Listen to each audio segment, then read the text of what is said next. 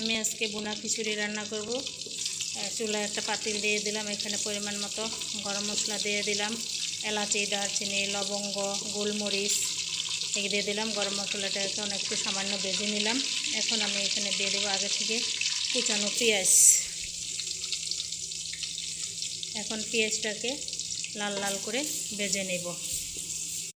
আমার পেঁয়াজটা লাল লাল করে ভাজা হয়ে গেছে। এখন আমি এখানে আগে থেকে ধুয়ে রাখা ডাল, চাল একসাথে করে দিয়ে দিলাম। এখানে আমি মসুরির ডাল, বুটের ডাল, মুগ ডাল 3 প্রকারের ডাল এখানে দিয়েছি এবং সাথে চাল ধুয়ে দিয়েছি। এখন চালটাকে ভালো করে সুন্দর করে ভেজে নেব। আমি এখানে দিয়ে দিব 1.5 চামচ হলুদের ফাঁকি, সামান্য পরিমাণ মরিচের ফাঁকি। এখন আমি চালটাকে সুন্দর করে ভেজে নেব। দেখেন আমার চাউল ভাজাটা হয়ে গেছে। এখন আমি পরিমাণ মতো পানি দিয়ে দিব।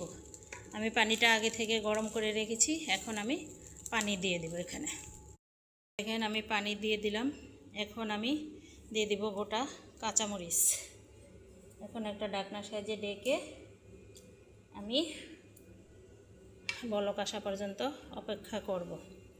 বলক আসলে চুলাটা আমি কমিয়ে দেব। দেখেন ফাইনালি আমার খিচুড়িটা হয়ে গেছে, অনেকটা ঝরঝরা হয়েছে। আপনাদের সবার দাওয়াত রইল, সবাই চলে আসবেন আমার বাসায় খিচুড়ি খেতে।